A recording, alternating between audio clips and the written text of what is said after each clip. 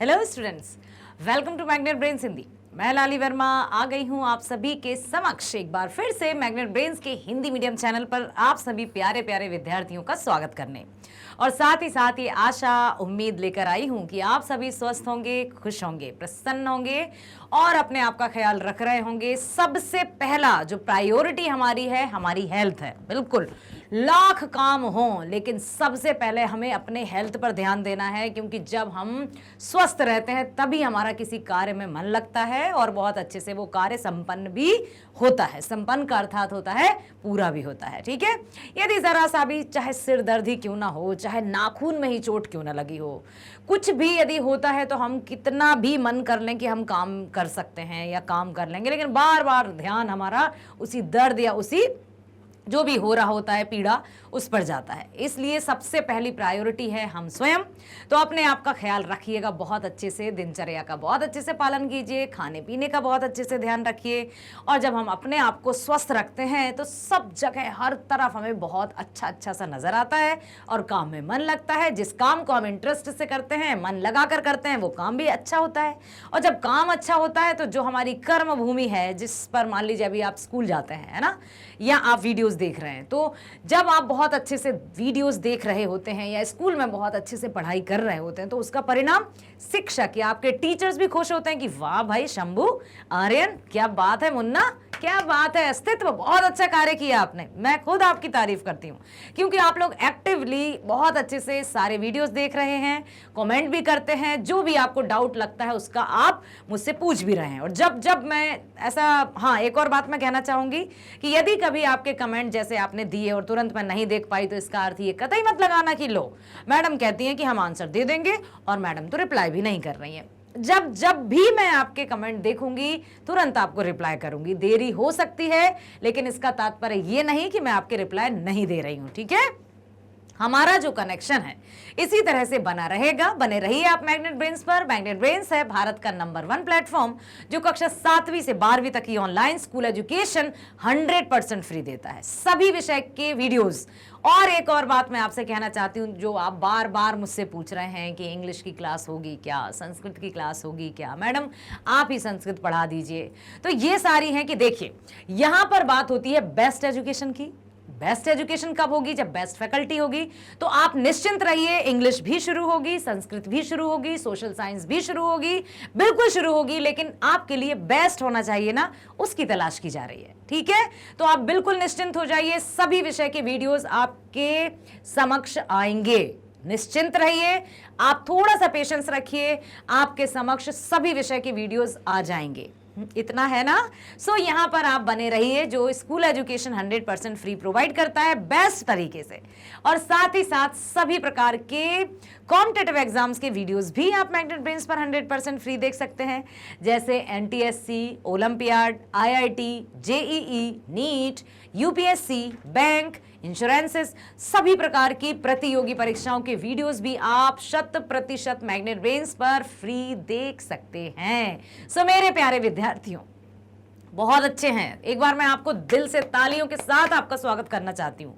ठीक है, सो आज मैं इस वीडियो में लेकर आई हूं आपकी पाठ्य पुस्तिका, बिल्कुल पूरक पाठ्य पुस्तिका वर्णिका भाग 2। उसका चैप्टर हम शुरू करने जा रहे हैं, पार्ट 4, नाम है नगर। इससे पहले हमने जो चैप्टर पढ़ा था वो नाम था माँ, कहानी थी गुजराती। अब हम पढ़ रहे हैं नगर चैप्टर और ये कहानी है तमिल में लिखी गई ये कहानी है। लेखक हैं सुजाता और इन्होंने इस कहानी को तमिल भाषा में लिखा, फिर इसका हिंदी अनुवाद किया गया और आपके पाठ्यक्रम में शामिल हुई। सबसे बड़ी बात तो ये कि आपका जो सिलेबस है वो वाकई में बेस्ट है, क्योंकि इसमें हर एक भाषा की कहानियों को शामिल किया गया है। तभी तो आप बिहार, यूपी, बहुत बड़े बड़े साहित्यकार, जितने भी हम कवि देखते हैं, रचनाकार देखते हैं, मैथमेटिशियंस देखते हैं, वो बिहार, यूपी के बहुत रहते हैं। तो आप बहुत बहुत बहुत समझदार स्टूडेंट्स हैं। प्राउड है हमें आप पर कि आप हमारे विद्यार्थी हो। गर्व है हमें आप पर कि आप हमारे विद्यार्थी हो। इसी तरह से बहुत अच्छे से आप पढ़ाई कीजिएगा, निश्चिंतता के साथ पढ़ाई कीजिएगा, बिल्कुल डर या किसी तरह का संकोच अपने मन में मत पालना। Magnet brains 100% free education provide करता है और हमेशा करता रहेगा, ठीक है। आप बस अपनी पढ़ाई पर ध्यान दो। सो यहाँ पर हम सबसे पहले चलेंगे जीवन परिचय की ओर, लेखक सुजाता जी के जीवन परिचय की ओर। उसके बाद हम जानेंगे कि लेखक ने नगर चैप्टर में आखिर क्या बताने का प्रयास किया है। यहां पर आप इमेज देख सकते हैं, चेन्नई सेंट्रल, है ना। ये क्या है, यहां पर क्या बताया है, नगर में किस तरह की भीड़ भाड़, क्या नगर में गांव के लोगों के साथ कुछ चीटिंग होती है, या फिर कहें कि क्या नगर में आते आते गांव के बेचारे सीधे साधे लोग रहते हैं उनको भ्रमित किया जाता है, या नगर के लोग गांव के भोलेपन का फायदा उठाते हैं। कहीं ऐसा तो नहीं कि लेखक ने यह बताने का प्रयास किया है कि यदि बेचारे कोई गांव के ग्रामीण क्षेत्र से कोई व्यक्ति जब शहरों में आ जाता है तो वो इस शहर की चकाचौंध से एकदम दूर रहता है। बिल्कुल ये होता है। अब कहाँ जाए, क्या करे, किससे क्या पूछे, खास तौर से यदि किसी पब्लिक प्लेस पर जाना हो, किसी अस्पताल में जाना हो, तब तो उसकी मानसिक स्थिति या बेचारा बहुत परेशान होता है। यदि उसी की तरह कोई व्यक्ति मिल गया तब तो वो उसको समझ लेगा और उसको समझा देगा, नहीं तो सब यहां से वहां चक्कर कटवाते रहते हैं। कहीं यही तो नहीं बताया नगर में। तो आइए जानते हैं सबसे पहले लेखक परिचय और उसके बाद हम चलेंगे नगर में घूमने। हम भी चलेंगे नगर की सैर करने कि आखिर नगर होते कैसे हैं। हमने गांव सुना है, हमने कस्बा सुना है, हमने शहर सुना है, अब हम नगर की ओर जा रहे हैं।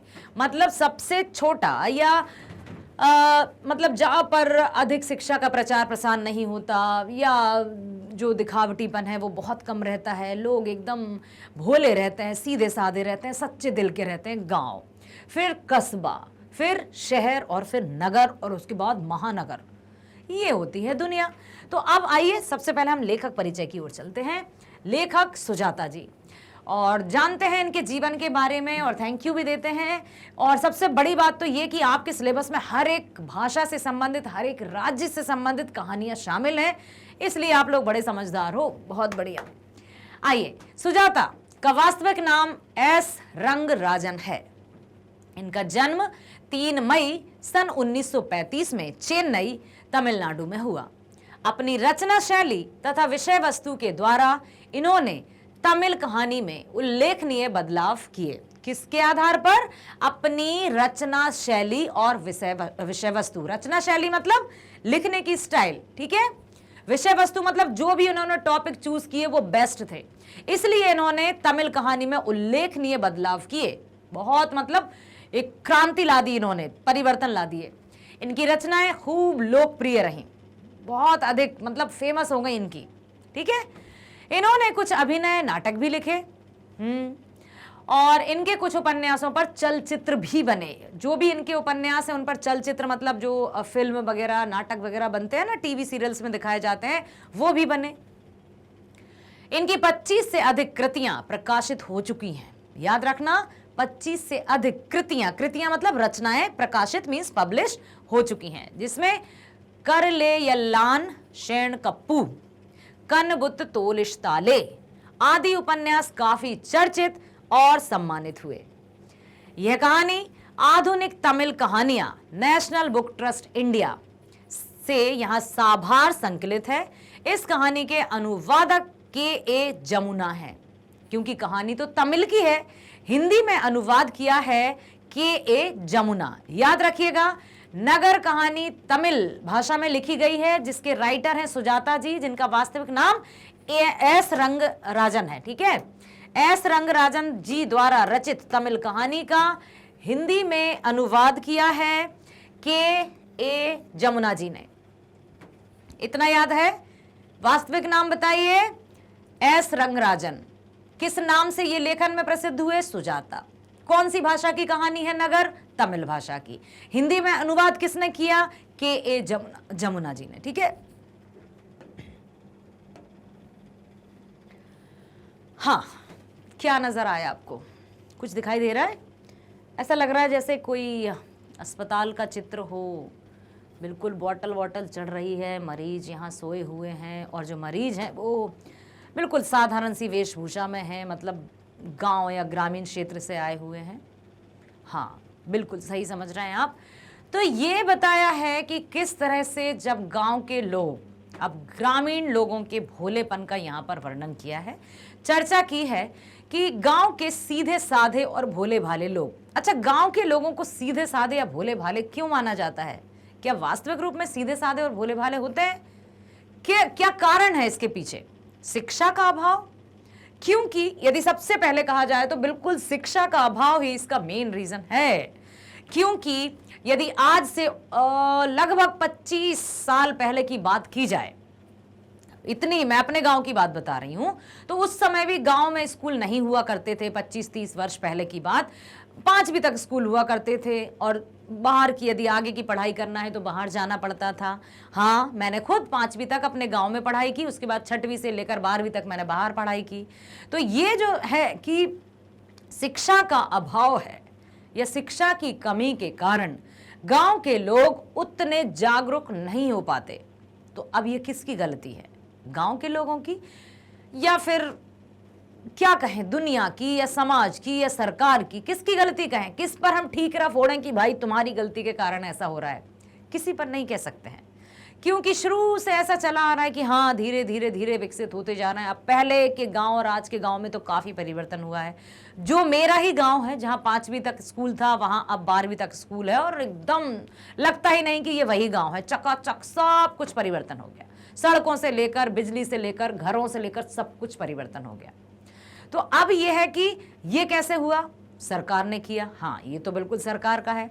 तो यहाँ पर इस चैप्टर में नगर कहानी में लेखक सुजाता जी ने यही बताया है कि गांव के लोग जब अस्पताल ना होने के कारण किसी चिंता में या बेचारे अपने आप को स्वस्थ रखने के लिए या अपने परिजनों को स्वस्थ करने के लिए आ जाते हैं नगर में या बड़े बड़े शहरों में। वहाँ जब वो अस्पताल में जाते हैं और उस भीड़ भाड़ या उतने वाकिफ नहीं होते हैं कि कहाँ से कहाँ जाना है, कौन से रूम में क्या होगा, किससे क्या पर्चा बनवाना है, किससे क्या चिट लेनी है, कौन सा रूम नंबर, कौन सा कमरा नंबर, कुछ नहीं पता। क्योंकि गांव में तो एक डॉक्टर बैठे रहते हैं, वहां गए, भैया हाथ देख लो, देखा और दवाई लिख दी। अब शहर में पर्चा कोई और बनाएगा, फीस कोई और लेगा, अपॉइंटमेंट कोई दूसरा देगा, डॉक्टर तो देखेंगे ही नहीं। मतलब ऐसे देखेंगे भी नहीं कि आपको क्या हुआ, हाँ आपका देख लिया, अच्छा अच्छा ये हुआ, हाँ आप ये कर लीजिए। ऐसा होता है। ये बताया है इस चैप्टर में लेखक जी ने कि कितना परेशान होता है गांव का व्यक्ति जब शहर में आता है या नगर में आता है। भटकता ही रहता है, उसको भटकाते ही रहते हैं लोग, सही से बताना ही नहीं चाहते हैं, क्योंकि सब अपने कामों में इतने व्यस्त हैं, इतने बिजी हैं कि वो किसी को सलाह देना ही नहीं चाहते। अब समझाएगा कौन उन्हें? जो उन्हें समझ जाए। बहुत बड़ी बात है, ये ध्यान रखना कि समझ और समझाना ये दोनों एक दूसरे पर निर्भर हैं। कैसे हैं मैं बता देती हूं। समझ और समझाना, जब तक हम किसी को समझ नहीं सकते हम उसको समझा नहीं सकते। क्या आप अग्री करते हैं? क्या आप मेरी बात से सहमत हैं कि हाँ, जब हम किसी को समझ जाएं तब हम उसको अच्छे से समझा सकते हैं। जैसे गांव का लोग या गांव के लोग कोई आए नगर में और कोई बहुत पहले गांव का आया था और शहर में आकर अपने आप को उसने शिक्षित किया और मान लीजिए डॉक्टर बन गया, वो जान सकता है कि गांव के लोग कैसे होते हैं। वो जाएगा उनके पास कि अच्छा आप ऐसा कीजिए, वो समझ जाएगा उनकी स्थिति कि उनकी स्थिति क्या है, वो किस स्थिति से गुजर रहे हैं, तो वो उनको बहुत अच्छे से समझा भी पाएगा और उसकी बातों को वो समझ भी पाएंगे। वो कहावत सुनिए ना आपने, समझ समझ के समझ को समझो। समझ समझना भी एक समझ है। समझ समझ के समझ को समझो, समझ समझना भी एक समझ है। समझ समझ के जो ना समझे मेरी समझ में वो ना समझ है। सुना है ये? तो जब हम किसी को समझाना चाहते हैं तो सबसे पहले हमें उसे समझना होता है। यूं ही नहीं कि हम बोलते गए, अरे बड़ी बड़ी बात है, एकदम बोलते गए कि हमने तो बहुत अच्छा लेक्चर दिया। भाई सामने वाले को समझ आया या नहीं, मैटर ये करता है।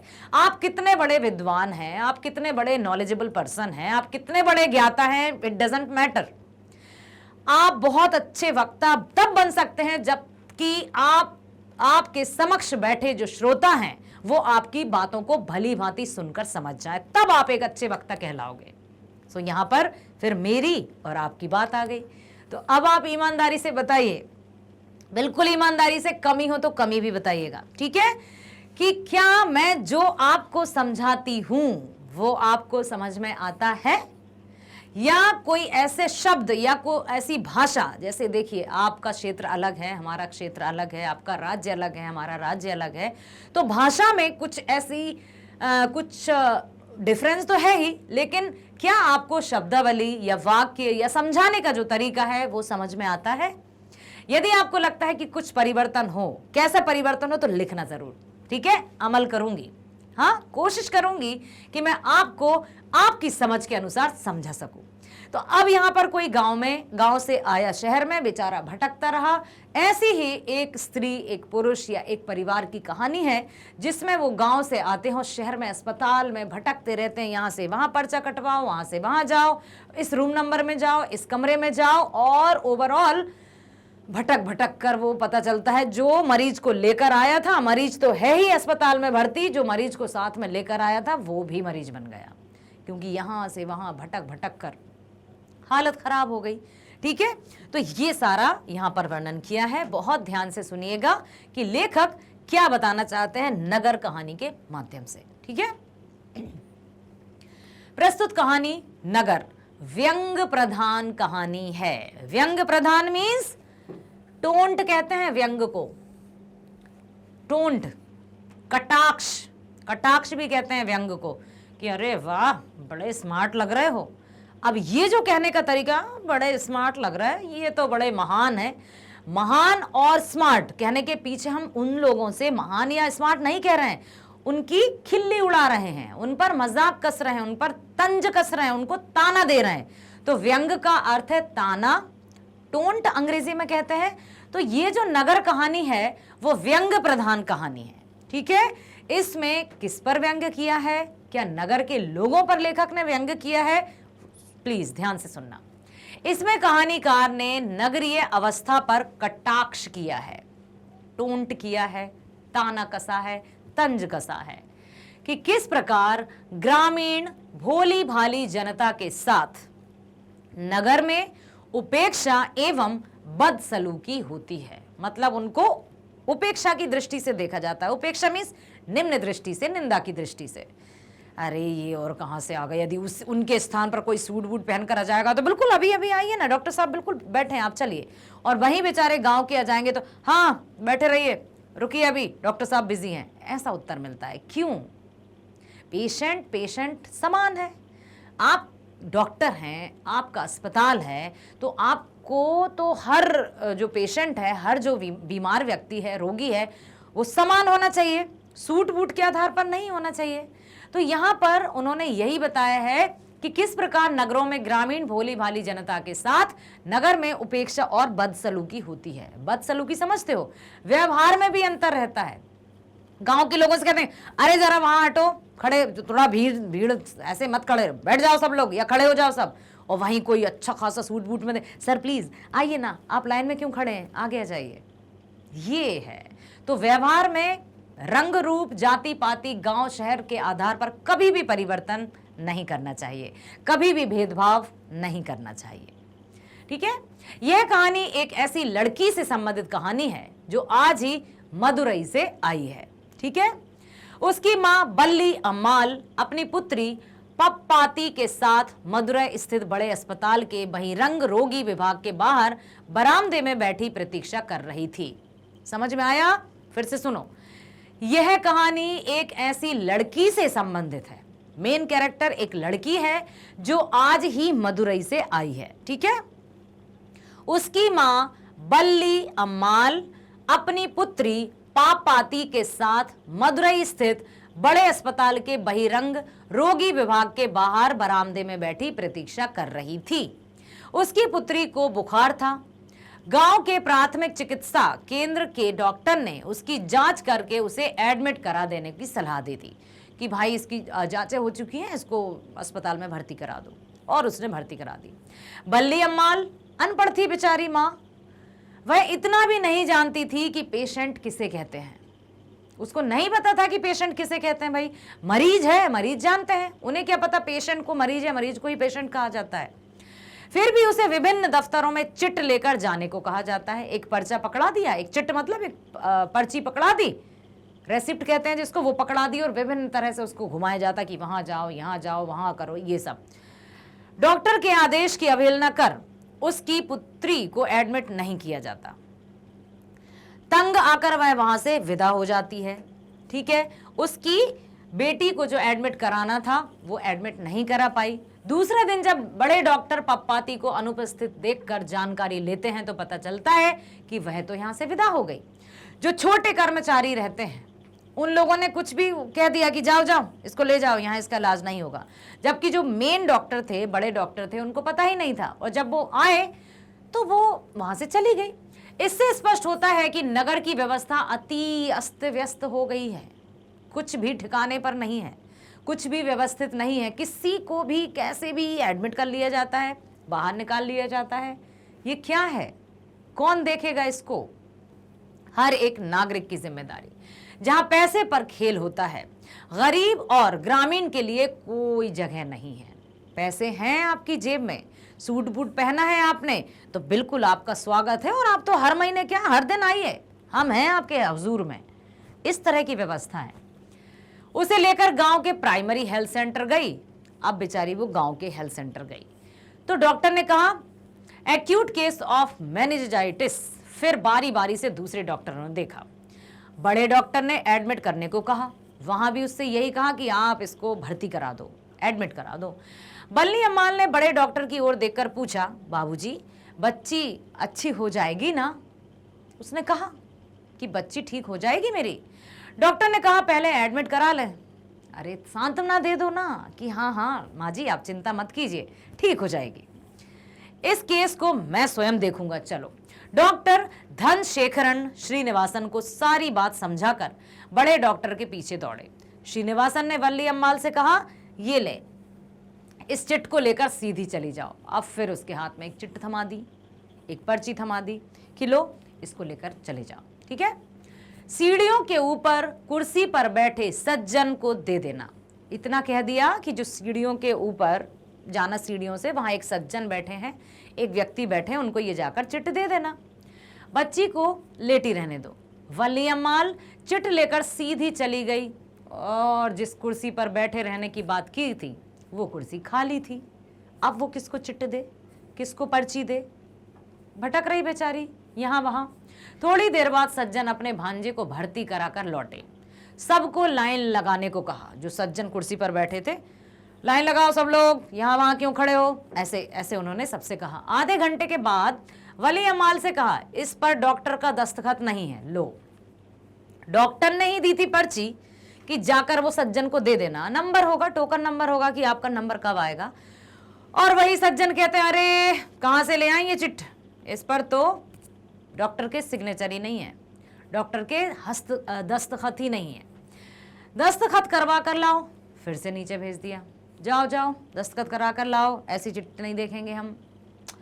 फिर वेतन आदि के बारे में पूछकर चिट देकर कहा, इसे लेकर सीधे जाकर बाएं मुड़ना, तीर का निशान बना होगा, 48 नंबर कमरे में जाना। अब वो पढ़ी लिखी हो तब तो समझे कि 48 नंबर क्या होता है, कहाँ मुझे जाना है। बेचारी भटकती रही, भटकती रही, भटकती रही। वली अमाल को कुछ भी समझ में नहीं आ रहा था कि वो कहाँ जाए, क्या करे। इधर उधर घूमकर एक कमरे के पास पहुंची। वहां एक आदमी ने चिट ले ली। चलो भाई चिट तो ले ली, अब देखते हैं क्या हुआ। कुछ देर बाद पापती का नाम पढ़कर कहा, इसे यहां क्यों लाई? अब क्या करें, दूसरे अस्पताल से उसको हटा दिया गया। अब डॉक्टर ने भी कहा कि तुम ये पर्ची ले जाओ। अब एक सज्जन क्या कहते हैं, इसे यहां क्यों ले आई, ले इसे लेकर सीधे चली जा, और अपने काम में लग गया। अब क्या हुआ, वहां बड़ी भीड़ थी। एक आदमी ने चिट रखकर आधे घंटे बाद नाम पुकार कर कहा, इस समय जगह नहीं है, लो। एक तो वो दर दर भटक रही थी, कब से चिट लेकर घूम रही थी, और एट लास्ट उससे क्या कहा, इस समय यहां कोई भर्ती की जगह नहीं है। ऐसा होता है, ऐसा वास्तविक रूप में होता है, ये कोई कल्पना नहीं है, ये कोई इमेजिनेशन नहीं है, ऐसा होता है, ऐसा भटकना पड़ता है। बड़े बड़े नगरों में, बड़े बड़े अस्पतालों में ऐसा होता है। कल सवेरे 7:30 बजे आ जाना। जाओ जाओ, आज जगह नहीं है, कल सुबह जल्दी आना 7:30 बजे। वली अमाल भागी, चक्कर काट कर सीढ़ी के पास पहुंची। बगल का दरवाजा बंद था। इसी में उसकी बेटी स्ट्रेचर पर पड़ी दिखाई दी। पास वाले आदमी से गिड़गिड़ाकर बोली, दरवाजा खोलिए, मेरी बेटी अंदर है। उसने कहा, सब बंद हो चुका है।